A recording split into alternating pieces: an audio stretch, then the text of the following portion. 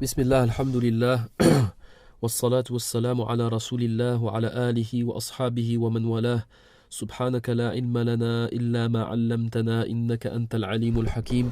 Allahumma anfa'na bima 'allamtana wa zidna 'ilma waj'al ma 'allamtana hujjatan lana la 'alayna ya rabbal alamin.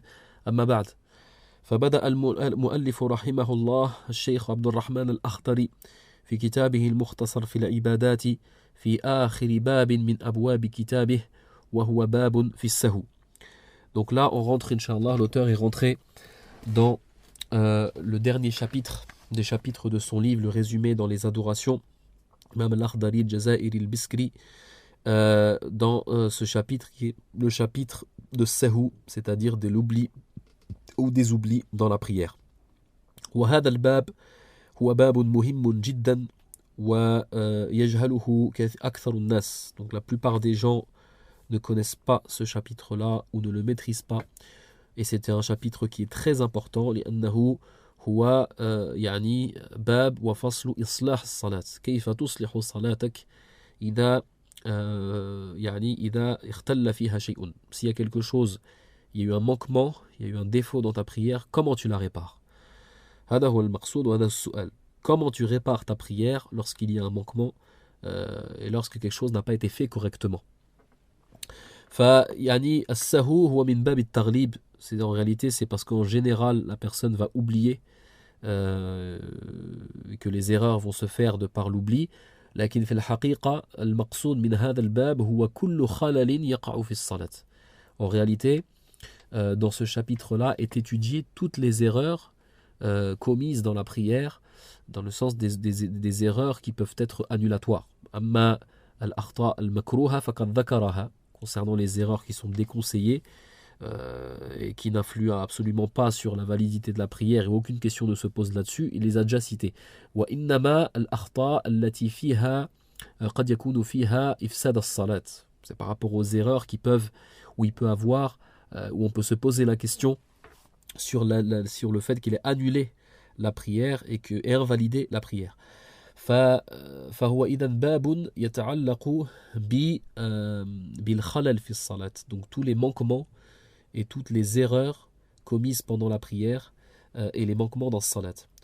وهذا الكتاب الذي هو مختصر الأخضري هو كتاب فريد في المختصرات في هذا الباب. C'est-à-dire que c'est un livre unique dans le madhab de l'imam Malik, le livre de Mukhtasar al-Akhdari, dans ce chapitre-là, par rapport au fait que c'est un résumé. يعني باقي المختصرات في المذهب لا تدخل في هذا التفصيل إلا مختصر خليل. لكن مختصر خليل وإن كان مختصرا قد نقول أنه من المطولات. Donc à part Mukhtasar Khalil qui est un résumé, mais un très très grand résumé, il n'y a pas de livre résumé, c'est-à-dire Min al-Mutun al-Fiqhiyya fi al-Madhab de l'imam Malik, qui est rentré aussi dans le détail dans ce chapitre. فلذلك على الطالب أن يجتهد في فهم وحفظ هذا الباب خاصة dans le fait que l'étudiant de sciences, Inch'Allah, et l'élève essaye, Inch'Allah, d'apprendre et de bien comprendre et si possible mémoriser ce chapitre-là et même tout le livre, parce que c'est un livre à la base à mémoriser. فإذن في هذا الباب سأذكر لك جملة من الأحكام التي تتعلق بالسهو والخلل في الصلاة. Donc les erreurs et les manquements commis dans la prière.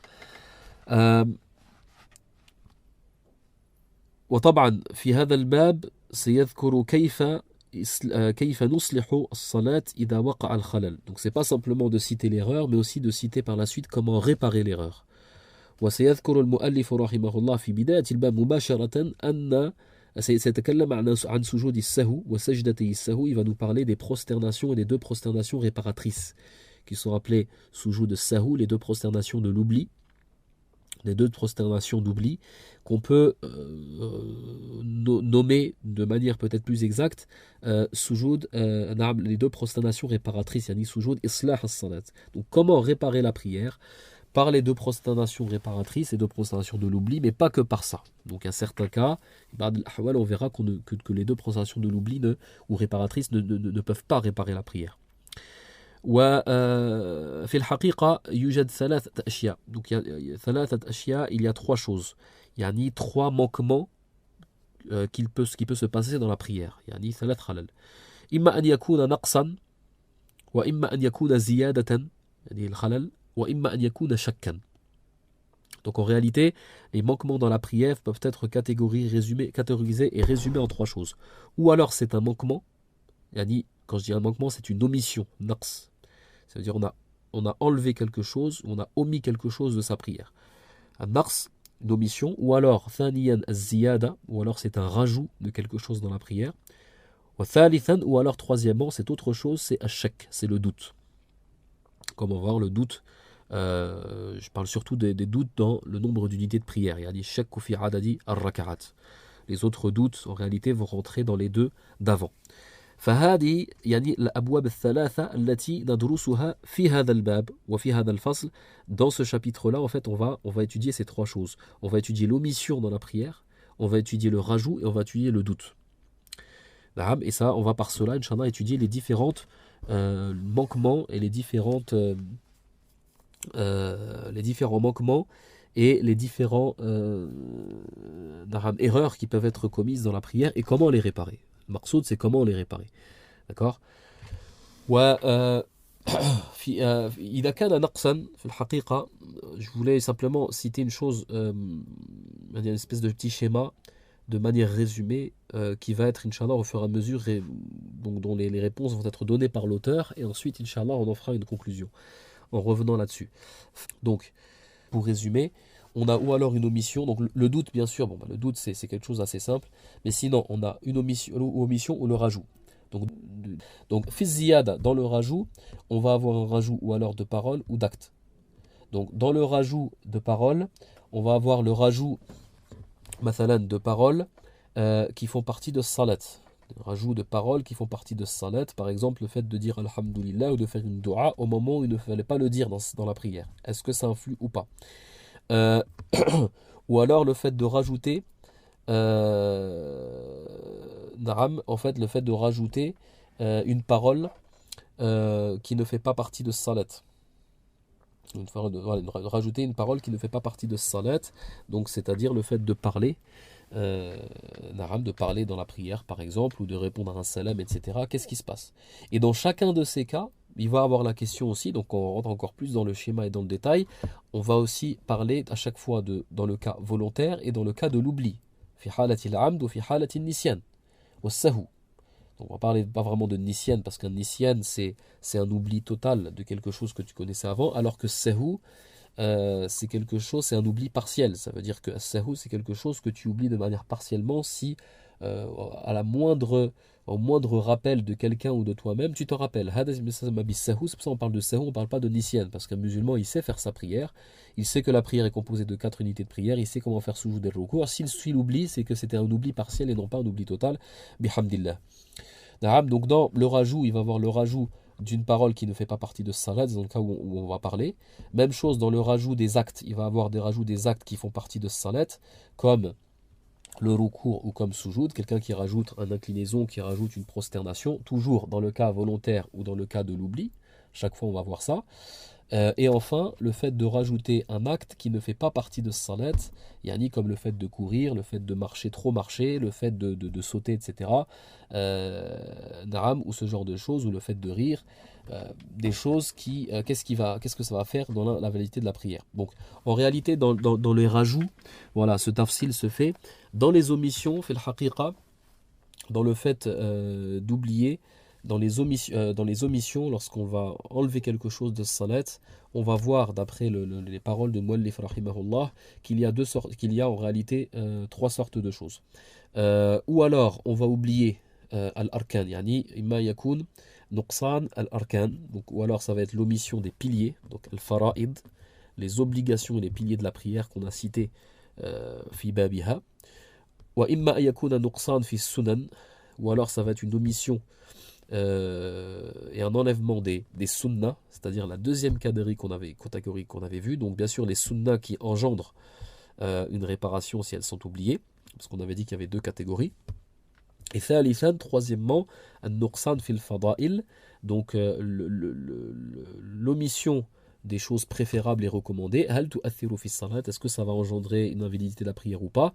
وفي كل هذه الأحوال, dans ces trois cas, نعم, dans ces trois cas, إما يكون عمدا وإما يكون سهوا. Dans ces trois cas, à chaque fois, il va avoir les catégories. Est-ce que c'est obligatoire, est-ce que c'est volontaire ou alors c'est involontaire? Donc voilà, dans les omissions, on divise en trois entre l'omission des piliers, l'omission des sunnas ou l'omission des fadaïl, des choses préférables, selon les trois catégories des actes et des paroles, des prières dont on a parlé dans le chapitre qui a précédé. Et dans les rajouts, az-ziyada, on va rentrer dans ce tafsil, ce détail qui est fait, qui est est-ce que c'est un rajout d'acte ou un rajout de parole. Et à chaque fois dans les deux cas, d'accord, dans les deux cas, c'est un rajout d'acte ou un rajout de parole, ou alors c'est un rajout d'actes qui font partie de salat, ou alors c'est un rajout d'actes qui ne font pas partie de salat. Et dans les paroles, ou alors c'est un rajout de paroles qui font partie de salat, ou alors c'est un rajout de paroles qui ne fait pas partie de salat. Et dans tous ces cas, que ce soit les cas d'omission ou les cas de rajout, na'am, on va parler. À chaque fois, il va y avoir deux cas, c'est le cas volontaire et le cas de l'oubli. As-sahu wal amd. Donc en réalité, sur ce schéma-là, et ce schéma-là, on peut en fait résumer tout le chapitre. Donc on le fera à la fin, après avoir cité tous les exemples et cité toutes les règles, de par les exemples et les règles que nous a donné le mu'allif rahimahullah ta'ala. قال المؤلف رحمه الله وسجود السهو في الصلاة سنة. Donc la première des choses, c'est qu'il nous donne le jugement, le hukm de ce qu'on appelle sujoud de sahu ou sajdata sahu, les deux prosternations réparatrices de la prière ou les deux prosternations de l'oubli, en tant que hukm, en tant que jugement. Quel est le jugement islamique? Le hukm, on rappelle que le hukm, le jugement, c'est ou alors obligatoire, ou alors sunnah, ou alors mustahab, recommandé, ou alors makruh, etc. Donc il nous dit ici sujoud de sahu fi salati sunnatun. C'est une sunnah du prophète alayhi salatu wassalam. Na'am, kama qala. وقال بعض العلماء أن في بعض الأحوال, donc certains savants ils ont dit que dans certains cas c'est obligatoire, c'est une obligation, c'est wajib et non pas une sunna.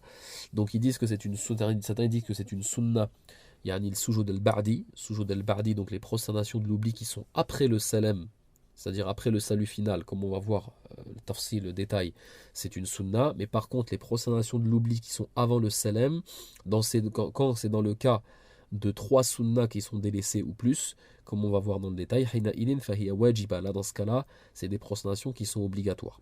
Mais de manière générale, c'est une sunna. Il nous dit, lorsqu'on oublie, lorsqu'on omet, c'est pas oublie, lorsqu'on omet et qu'on retire quelque chose de la prière, ça va engendrer sajdatani qabla salam, deux prosternations avant le salut final, qabla salam, donc avant de sortir de salat, qabla al-khuruj min as-salat, ba'da tamam at-tashahhudayn, après avoir fait les deux tashahhud, c'est-à-dire le tashahhud wa salat ibrahimiyya, salat ala nabi sallallahu alayhi wa sallam, à la fin de la prière, avant de faire le salam, on rajoute donc deux sujoud, yazidu ba'dahuma tashahhudan akhar, et ensuite on rajoute un autre tashahhud, et ensuite on fait le salam. Donc al-kayfiyya, je le rappelle, donc la manière dans le madhab, c'est quelqu'un qui a omis quelque chose de sa prière, ça veut dire qu'il a enlevé quelque chose de sa prière. On va voir, Inch'Allah, par la suite qu'en réalité cette omission, c'est des omissions de sunna et pas autre chose, parce qu'on a dit que les omissions, il y a trois sortes d'omissions, ou alors l'omission d'un pilier, ou alors l'omission d'une obligation, la prière, ou alors l'omission de sunna, ou alors l'omission de quelque chose de préférable. Donc c'est simplement la deuxième catégorie qui va entraîner des prosternations de l'oubli avant le salam. Donc là il ne le dit pas, mais il le dira par la suite. Donc avant le salam, faire deux sujoud, lorsqu'on a omis une sunna, donc on va voir est-ce que c'est une sunna muakkada, deux sunna, etc. Ça on va voir dans le détail.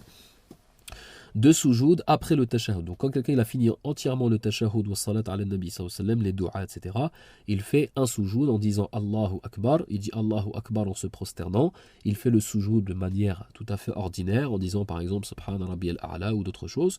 Allahu Akbar en se relevant, il s'assoit comme il fait lorsqu'il s'assoit entre deux prosternations, il dit par exemple Rabbighfirli trois fois, ou des du'a, comme c'est un moment aussi où il est recommandé de faire des du'a entre les deux prosternations. Ensuite il se prosterne une deuxième fois, Allahu Akbar, il se prosterne, Yasjud marratan thaniya, il va se prosterner une deuxième fois, et ensuite il se relève en disant Allahu Akbar, et là il va rajouter un tashahhud, Mais simplement le tashahhud, pas salat ala nabi sallallahu alayhi wa sallam, faqat at-tahiyyatu lillah, az-zakiyatu lillah, ila qawlihi ashhadu an la ilaha illallah, ashhadu anna muhammadan abduhu wa rasuluh. Donc il rajoute ce tashahhud et ensuite il fait le salam. Et ensuite il fait le salam comme on avait cité auparavant. Ça c'est la manière de faire les deux soujouds avant le salam. Au yulahad, il faut remarquer que les deux soujouds qui sont faites, les soujouds de sahou, il faut qu'elles soient aussi longues que des soujouds normales, même voire plus, comme c'est venu dans le hadith. نعم سجدهما يعني كما جاء في الحديث النبي صلى الله عليه وسلم سجدهما كمثل السجود أو أطول comme جاء في الحديث dans le lafz, c'est qu'il les faisait comme des prosternations normales ou même plus longues, donc c'est pas des sujouds rapides comme certains font. Yazid tajahhuda, donc il rajoute un tashahhud dans le mashhour du madhab. Dans le mashhour du madhab, il rajoute un tashahhud wa fi khilaf. Il y a une divergence sur la question. Certains disent qu'il ne rajoute pas de tashahhud. Limadha li anna as-salam ya'qubu tashahhudan. Parce que comme entre le premier tashahhud qu'il a fait de sa prière de base et le salam, il a instauré entre les deux des prosternations qui n'existent pas à la base, qui sont les prosternations de l'oubli. S'il fait le salam juste après, il aura fait des salams après des prosternations. Alors que le salam, normalement, c'est après un tashahhud. Donc c'est pour ça qu'il va rajouter un tashahhud dans le mashhour du madhab. قال والزيادة سجدتان. نعم, il nous dit donc, lorsque tu fais une omission, ça c'est la règle. Lorsque c'est une omission, donc en réalité, comme on a dit, c'est l'omission de sunna, d'accord, l'omission de sunna qui entraîne des prosternations de l'oubli, donc l'omission de sunna qui demande réparation. Donc on avait vu, c'était les premières catégories de sunna dans les catégories de sunna. Donc c'est pas dans le cas des obligations des piliers, ni dans le cas des fada'il. D'accord, ça on y reviendra plus tard.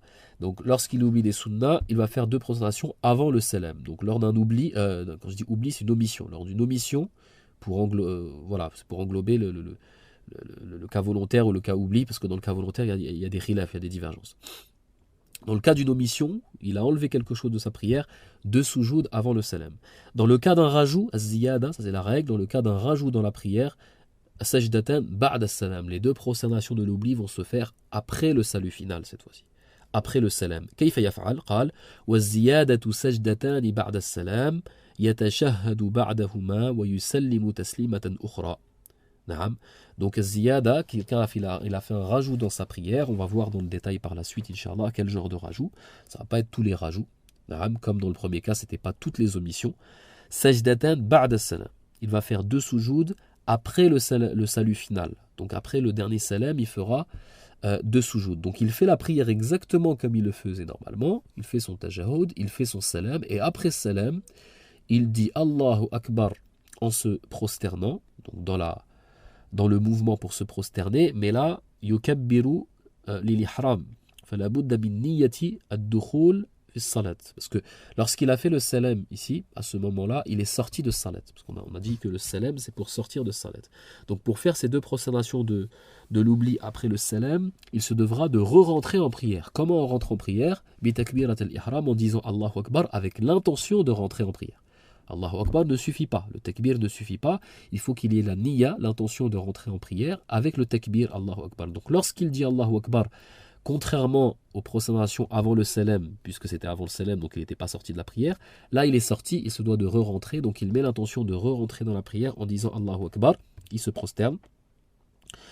Il n'a pas besoin de lever les mains, bien sûr, quand il va dire Allahu Akbar, il se prosterne, il dit Allahu Akbar en se prosternant, il fait les deux soujouds exactement comme on a dit, et lorsqu'il finit de faire les deux soujouds, il refait le tashahhud, parce qu'il a déjà fait un salam. Donc il faut qu'il refasse le tashahhud, le premier tashahhud, ça fait bien longtemps qu'il l'a fait. Donc il refait le tashahhud, on a dit jusqu'à ashhadu an la ilaha illallah, ashhadu anna muhammadan abduhu wa rasuluhu, et il refait le salam une autre fois. Une deuxième fois, il refait le salam pour ressortir de sa prière qu'il a complétée. D'accord?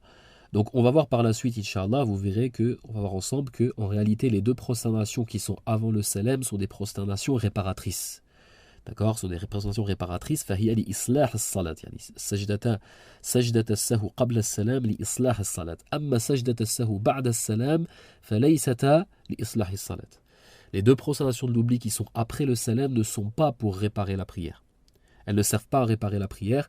وإنما هي يعني لفائدتين. Mais en réalité, il y a deux utilités pour ces deux prostrations qui vont après le salam. Al-asl, كما ذكر النبي صلى الله عليه وسلم, أنها ترغيم للشيطان. À la base, ce sont deux prostrations qui servent en fait à ne laisser aucune place au waswas de shaitan et aux pensées sataniques.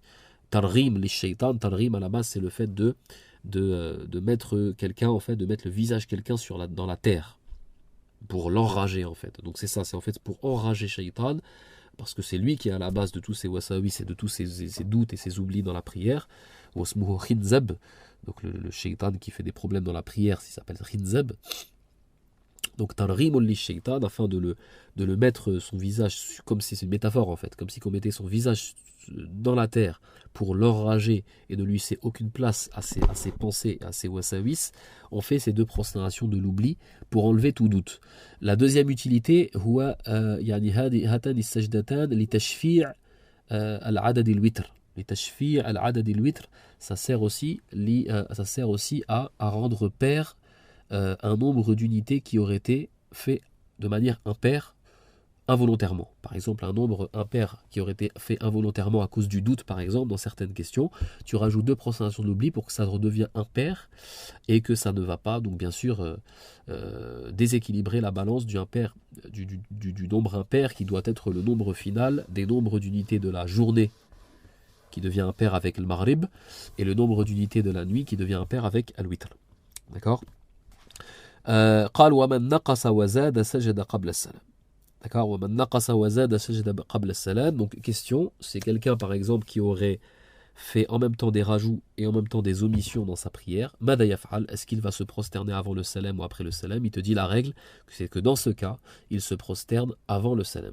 Donc s'il y a des rajouts et des omissions, on revient à les prosternations avant le salam. كما ذكر المؤلف وهي القاعدة في مذهب الإمام مالك عليه رحمة الله. طيب. Par rapport à ces prosternations de l'oubli et par rapport en réalité à tout ce chapitre, يعني باب السهو, في الحقيقة هو مبني على أفعال النبي صلى الله عليه وسلم وما حصل في سنة النبي صلى الله عليه وسلم. Il faut bien comprendre que tout ça n'est pas dans le Coran, mais c'est dans la sunna du prophète عليه السلام. ثم اجتهاد العلماء, et ensuite les savants qui ont fait des efforts d'interprétation et de compréhension de la sunna du prophète عليه الصلاة والسلام. النبي عليه الصلاة والسلام بما أنه نبي فهو معصوم عن الأخطاء في التشريع. Ça veut dire que le prophète عليه السلام, en tant que prophète, il est protégé par Allah subhanahu wa ta'ala de toute erreur qui serait commise dans la législation. Il ne peut pas se tromper dans la législation parce que sinon cela amènerait à des erreurs dans la religion d'Allah et cela n'est pas possible. Donc le prophète sallam ne pouvait pas oublier de manière comme nous on peut oublier dans salat, par exemple dans la prière ou dans les adorations. Mais il pouvait arriver qu'il oublie, mais en réalité c'est pas qu'il oublie, c'est qu'Allah lui a fait oublier. Et qu'Allah Azzawajal lui faisait oublier la manière de faire sa prière correctement, par exemple, afin justement de légiférer la réparation. Ça veut dire de légiférer à nous, la communauté musulmane, comment on peut réparer lorsqu'on oublie et lorsqu'on a une erreur dans sa prière. وهذا الحديث هو الحديث الذي يروى في الموطأ للإمام مالك أنه قال النبي عليه الصلاة والسلام. Il fait partie de ces 4 hadiths التي يعني من البلاغات الأربع للإمام مالك التي لم توجد موصولة وقد وصلها الإمام ابن الصلاح الحافظ.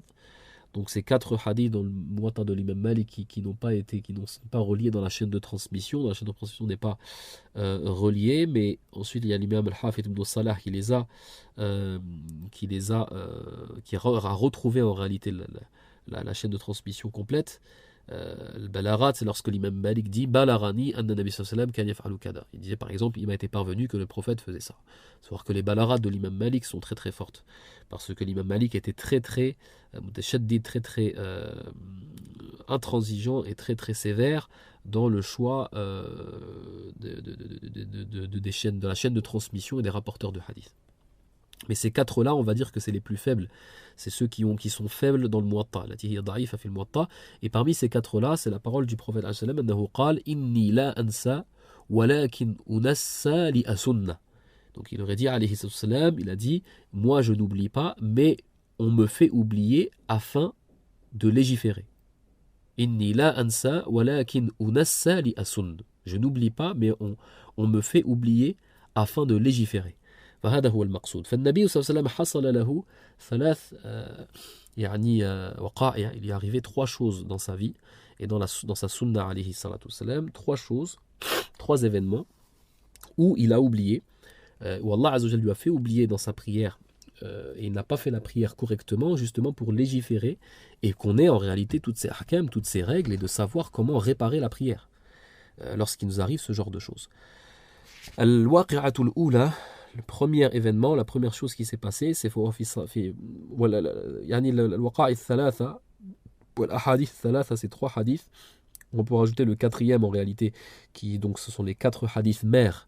يعني أمهات هذا الباب, hadith الأمهات في هذا الباب, les quatre hadiths qui sont les quatre hadiths mères de ce chapitre-là, et autour duquel les savants ont recherché toutes les règles dont on va citer, que ce soit dans les quatre écoles. D'accord. Donc le premier de ces hadiths, ou hadith, donc ces quatre hadiths sont faits sahih, sont authentiques, rapportés dans les hadiths, Bukhari, dans les sahih Bukhari, Muslim, etc. Donc c'est des hadiths qui sont vraiment authentiques. Il n'y a pas de problème là-dessus. Le premier hadith, ou hadith Abi Hurayra, c'est un hadith rapporté par Abu Hurayra, et on l'appelle hadith Udhil Yadayn. On l'appelle hadith Udhil Yadayn, donc on va citer pourquoi. Donc ce hadith, il est dans le Bukhari et autres. وهو أن النبي صلى الله عليه وسلم صلى إحدى صلاتي العشي. Donc il a fait, alayhi السلام, il a fait la prière avec ses compagnons, et il a fait une des deux prières de soirée, c'est-à-dire quand on dit en fait de soirée, c'est de l'après-midi, donc c'est ou al-dhuhr ou al-asr. D'accord, ou al-dhuhr ou al-asr, il y a un doute entre les rouettes là-dessus. فصلى ركعتين فسلم. Donc il a fait deux unités de prière au lieu de quatre, et il a fait le salam. Donc là, à ce moment-là, Kharaja Sur'an al-Masjid, donc les gens qui sortent toujours les premiers, il y en avait même à cette époque-là, qui sortent toujours les premiers, ils sont sortis en disant Qasurati salat, la prière a été raccourcie. Il faut savoir qu'à ce moment-là, c'était une époque de législation, de légifération. Donc à n'importe quel moment, Allah subhanahu wa ta'ala peut révéler le wahi, la révélation sur son prophète, que quelque chose a changé. Les prières pouvaient changer, le jeûne pouvait changer, la religion pouvait changer, parce que parce que le nasr, l'abrogation des jugements et des règles, est quelque chose d'existant dans la sharia islamia et dans la sharia d'Allah, dans la législation d'Allah. Allah peut changer des règles et des lois comme il le veut et quand il le veut et comme il le veut. Donc les gens ils sont dit peut-être que la prière a été raccourcie, et là à ce moment-là le prophète sallam il s'est retourné, il s'est retourné vers les gens, et il s'est adossé sur une planche. Il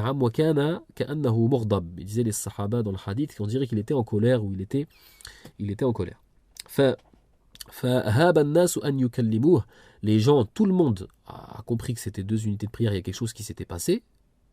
C'est pourquoi il a fait que deux unités de prière, mais les gens ils ont eu peur de lui parler parce qu'ils l'ont vu un peu énervé, en colère. وفي القوم أبو بكر وعمر, comme il est dans le hadith Abu Hurayra, et parmi eux il y avait Abu Bakr et Omar, فهاب أن يكلما, c'est-à-dire même Abu Bakr et Omar qui sont très proches du prophète et qui sont ses amis proches, ils n'ont pas osé lui parler. Ça montre aussi le respect qu'ils avaient envers le prophète alayhi salatu wassalam. Même les plus proches d'eux. Walakin, mais il y a un homme parmi eux, il s'appelait Dhul Yadayn. Dhul Yadayn, celui qui possède deux mains, en réalité, c'est pas ça, il était surnommé comme cela parce qu'il avait des grandes mains. Donc il avait des mains de grande taille. Il était connu pour ça, donc il était surnommé par Dhul Yadayn, par ce surnom-là, et c'était bien sûr un surnom qu'il appréciait. C'est pas un surnom, c'était pas un sobriquet qu'il le refusait, parce que là, dans ce cas-là, c'est haram. Et Dhul Yadayn, cet homme-là, donc lui, il a osé dire au prophète, et il a dit, Ya Rasulallah, aqasurati salati am nasid, au messager d'Allah, est-ce que la prière a été raccourcie, ou alors tu as oublié? Est-ce que tu as raccourci la prière, ou alors tu as oublié? Et le prophète répond, alayhi sallam, lam ansa wa lam tuqsar. Il a dit, je n'ai ni oublié, ni elle a été raccourcie. Donc le prophète, il était certain qu'il n'avait pas oublié. Je vous ai dit, c'est parce qu'Allah Azza wa Jal a voulu lui faire oublier. Lui, il était certain qu'il avait fait 4 rak'at en fait, 4 unités de prière. Et Dhul Yadayn répond au prophète sallam encore une fois en lui disant, Bala ya Rasulallah, na'am, qad kana shay'an min dhalik. Il a dit au messager d'Allah, si, je t'assure qu'il y a eu quelque chose, il s'est passé quelque chose. Et là, le prophète, puisque Dhul Yadayn a insisté, il a eu donc un doute, et il a posé la question aux autres. Il ne s'est pas suffi comme on va voir à la fin, Inch'Allah, il ne s'est pas suffi de l'information de Dhul Yadayn, parce que c'était une seule personne qui peut aussi se tromper. Il a posé la question à tous les Sahaba, aux compagnons, à Sadaqa Dhul Yadayn, a dit, est-ce que Dhul Yadayn a dit vrai? Et ils ont dit oui. Fa'akmala salatahu, il a alors complété sa prière. Na'am, fakabbara lil ihram, il est rentré en prière en disant Allahu Akbar, et il a complété 2 unités de prière. Et à la fin de salat, na'am, il a fait le salam. Et ensuite, il a fait 2 prosternations, 2 sujoud après le salam, et il a refait le salam. Donc il a fait les 2 prosternations après le salam parce qu'il a fait un rajout, qui est le rajout du salam entre les deux. D'accord? Donc ça, c'est la première waqi'a. Le waqi'atu thaniya, le deuxième hadith, هو حديث عبد الله بن مالك بن محينة. Abdullah ibn Malik ibn Muhayna, qui est dans Sahih Kadalik, dans les recueils de hadith authentiques. وهذا في صلاة الظهر, c'était dans la prière de Dhuhr, أن النبي صلى الله عليه وسلم قام من ركعتين لا يجلس بينهما. لا يجلس يعني في آخرهما وقام للركعة الثالثة. Donc là, c'est le hadith où en fait c'était une prière de Dhuhr aussi, donc 4 unités de prière, et en fait il ne s'est pas assis au milieu, il n'a pas fait le tashahhud du milieu, et il se levait directement pour la 3e unité de prière. فسبح الناس, les gens ils ont dit subhanallah derrière. فأشار لهم النبي صلى الله عليه وسلم, le prophète leur a fait le geste de monter, de le suivre. Donc ils l'ont suivi jusqu'à la fin de salat, et à la fin de salat, lorsque les gens ils attendaient que le salam, donc il a tout fini, le tashahhud, salat ala nabi sallam, les du'a, etc. Ils attendaient que le salam. Kabbara nabi sallam, le prophète a fait le takbir, Allahu Akbar, et il a fait les 2 prosternations, et ensuite il a refait le salam. Donc là c'est des prosternations avant le salam, dans le cas de l'oubli de sunnah, comme on va voir par la suite. Là, le sunnah, c'était le tashahhud du milieu et le fait de s'asseoir pour faire le tashahhud du milieu. 3e, donc là on a prosternation après le salam, prosternation avant le salam, dans les 2 différents cas.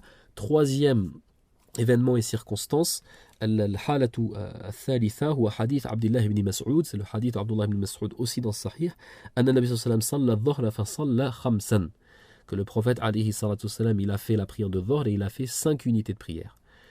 Comme on a dit, c'était une époque de légifération, donc les sahaba ne savaient pas, peut-être que la prière a été rajoutée à ce moment-là. Ce n'est pas comme maintenant, ou comme on va voir, une des dernières questions de ce chapitre-là, c'est lorsque l'imam se lève pour une 5e unité de prière, tu te dois de lui dire subhanallah, et tu n'as pas le droit de le suivre. Mais là, les sahaba, ils ne savaient pas. C'était le prophète qui fait la prière. C'est lui qui sait ce qui doit être fait et ne doit pas être fait. Et donc après avoir fait 5 unités de prière, le prophète en ayant su qu'il avait commis une erreur dans sa prière, il a rajouté 2 sujoud après le salam, donc 2 sujoud après le dernier salut final, à cause du rajout de la 5e unité de prière. Donc ça c'est les 3 hadiths autour de ça. Al-hadith al-rabi', donc ça c'est les mères de ce chapitre. Le 4e hadith, hadith fi shak, c'est le hadith dans le doute. Anna Nabi sallallahu alayhi wa sallam qala man shakka fi salat فلا يدري ثلاثا أم أربعا أصلى ثلاثا أم أربعا فليطرح الشك وليبني على ما استيقن. نعم فليطرح الشك وليبني على ما استيقن وليسجد قبل السلام سجدتين أو كما قال النبي صلى الله عليه وسلم. Dans le hadith, le prophète il a dit, celui qui a un doute et il ne sait plus s'il a fait 3 ou 4 unités de prière, qu'il rejette le doute et qu'il se base sur la certitude et qu'il fasse 2 prosternations avant le salam, comme c'est dans le hadith et dans les termes du hadith. Donc il a dit, celui qui a un doute et il ne sait plus s'il a fait 3 ou 4 unités de prière, donc ça c'est le doute dans l'unité de prière, qu'il rejette le doute, c'est-à-dire qu'il ne laisse pas de doute et qu'il revient à la certitude, c'est-à-dire le nombre minimum qu'on expliquera, et qu'il revient à la certitude. Naam, et qu'il fasse 2 prosternations avant le salam, avec le khilaf, la divergence. On va voir que dans le madhab, c'est 2 prosternations après le salam. Donc ça, c'est les mères dans ce chapitre. فاختلف العلماء والمذاهب والفقهاء, autour de ces 4 chapitres et d'autres, mais ça, c'est les 4 chapitres mères sur ces questions-là. Naam. Donc, faut savoir que par exemple, al-Ahnaf, les Hanafites, la yarawn sujud as-sahu illa ba'da as-salam. Ils ne voient les prosternations de l'oubli qu'après le salam. Ils ne voient pas de prosternation de l'oubli avant le salam. Al-Shafi'iyya, les Shafi'ites, eux, ils voient les prosternations de l'oubli que avant le salam. Ils ne voient pas de prosternation de l'oubli après le salam. Wal-Malikiyya wal-Hanabila, et les Malikites et les Hanbalites, eux, ils voient al-jama' bayna al-adilla, donc c'est ce qui est préférable bien sûr dans les qawaïd, c'est de rassembler entre les preuves et d'utiliser toutes les preuves. Al-jam'u bayna al-dalilayni awla min ihmali ahadihima. C'est ça la qaïda. Il est préférable de rassembler entre 2 preuves plutôt que d'en prendre une et de rejeter l'autre. Et donc ils ont rassemblé entre ces preuves et ils ont dit, que ce soit les Malikites ou les Hanbalites, que s'il y a une omission les soujouds sont avant le salam. S'il y a un rajout, les soujouds sont après le salam, avec bien sûr des khilafs entre eux sur les questions qui sont plus d'ordre de détail.